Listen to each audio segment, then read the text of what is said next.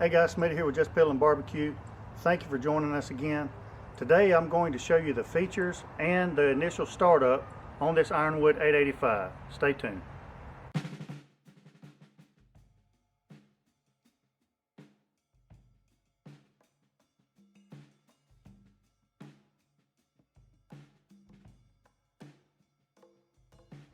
Alright guys, thank you for coming back to the channel. Appreciate you being here. Today we're going to talk about the Ironwood 885 as far as the features go, and kind of go over those, and then we're going to go over the initial startup. So let's go ahead and get that started.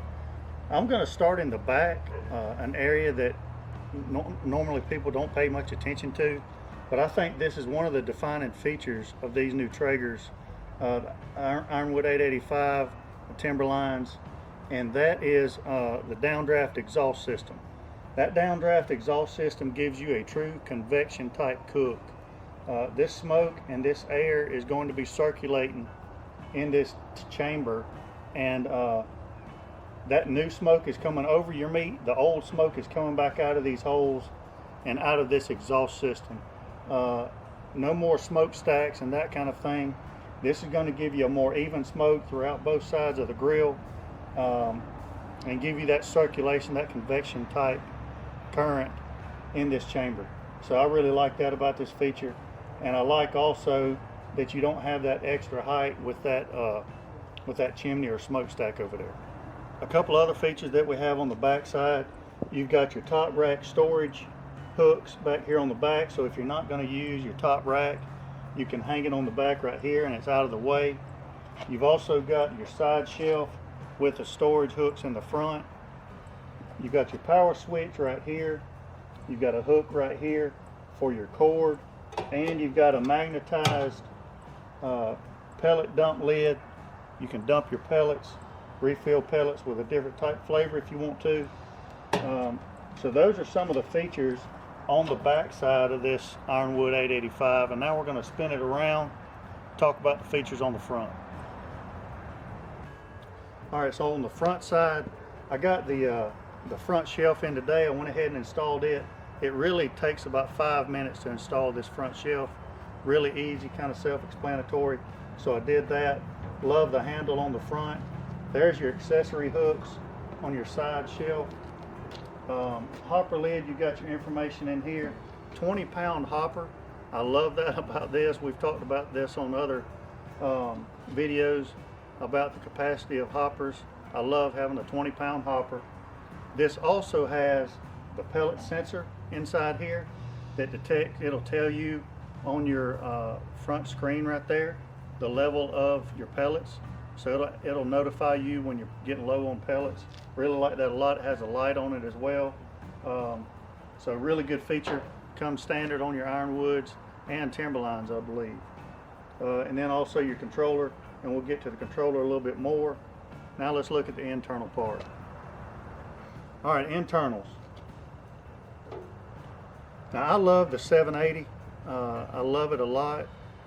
But where this Ironwood differs from the 780, it looks very similar as far as the outside goes, as far as the barrel.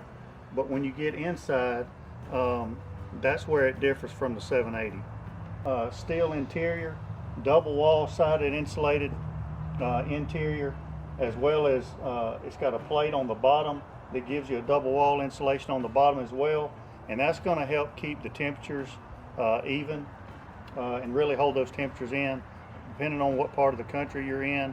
We're down here in South Georgia, but especially up north, that's going to help out a lot with you guys as well.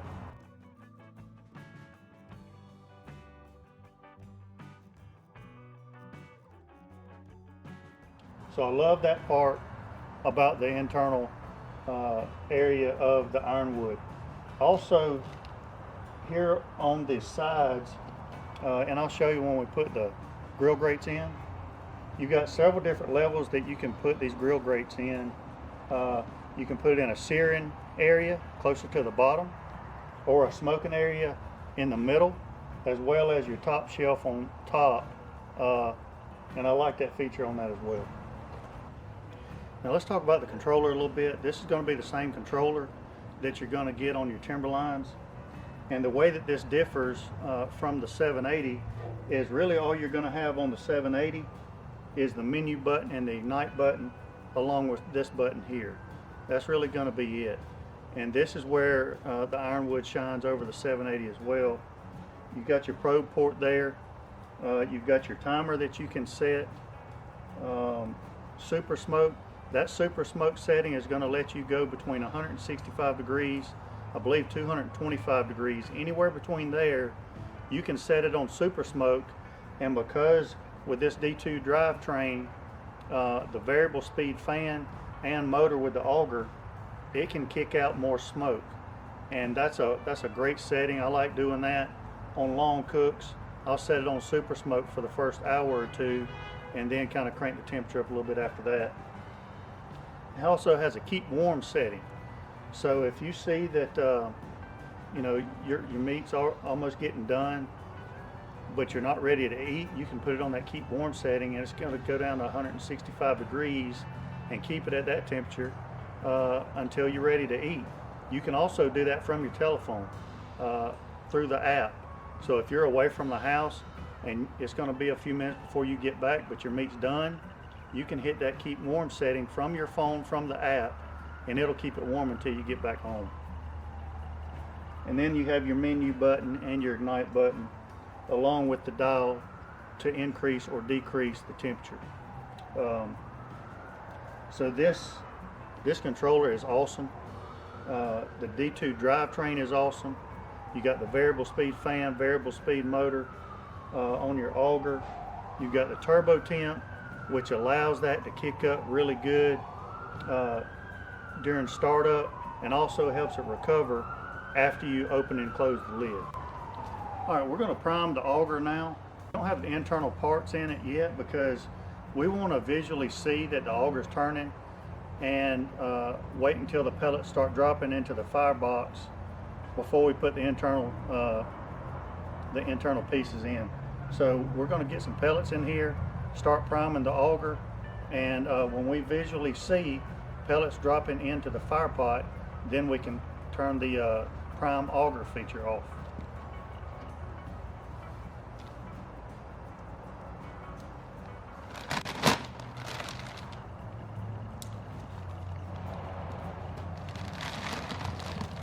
And right now I'm just using apple pellets.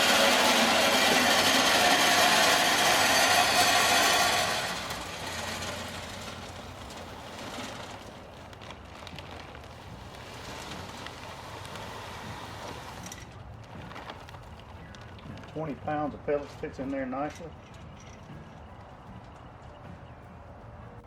As you can see right here, we've got the apple pellets full, and there's your pellet sensor right there with your light. So when you open your hopper lid, your light comes on, and it'll tell you how much pellets you have in your pellet hopper. All right, so we're going to prime the auger. Go to menu, auger, prime auger, and it's saying about 2 minutes and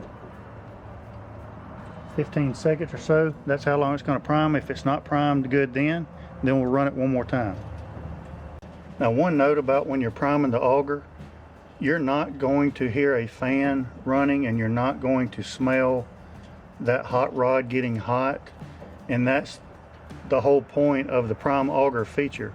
The prime auger feature is there so that you don't have to run the fan or turn the auger on or turn the hot rod on just to prime your auger.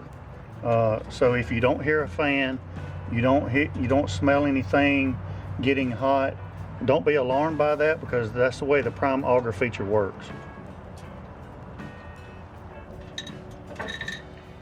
All right, so now you can see the pellets dropping into the fire pot. So the auger is working, and the auger tube is full of pellets now, and that was perfect timing, because the priming complete notification came up on the screen, and that's perfect timing. That's timed dead on the money. So now we are ready to fire up our Ironwood 885. All right, so now we can get our internal parts in. There goes our heat deflector.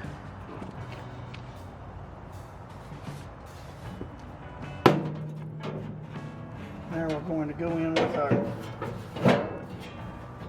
drip pan. Now there's a tab, little cutouts, little notches on both sides right there that it fits right in there. And then it fits down into your grease trap. Now I do have a drip tray liner for this as well. I'm not going to put it in right now during the burn-in process because I want all these oils to burn off. After we get the burn-in process done, then I'll put that on. Well, we're going to go ahead and put our bottom grate in. For the burn-in process, I'm going to put it on that middle level. Fits right in the slot right there. And then for the top grate, we're going to slide it in as well. Pretty cool thing about that as well is there's two different slots for this top grate. You can put it in the back part or slide it up a little bit forward to give you better access if you've got something way back there in the back. So I like that a lot. I'm going to keep it right there in the middle for the burnout process. So now, I think one other thing left to do, and that's fire it up. Alright, for the burn-in process, at first we want to go to 350 degrees. Dial it in. Set it by hitting that, and then hit ignite. And it's going to ignite and go up to 350 degrees, and we want to stay there for 20 minutes. Then after 20 minutes, we're going to go to 450 for an additional 30 minutes. And then at that point, you are done and you're ready to throw some meat on.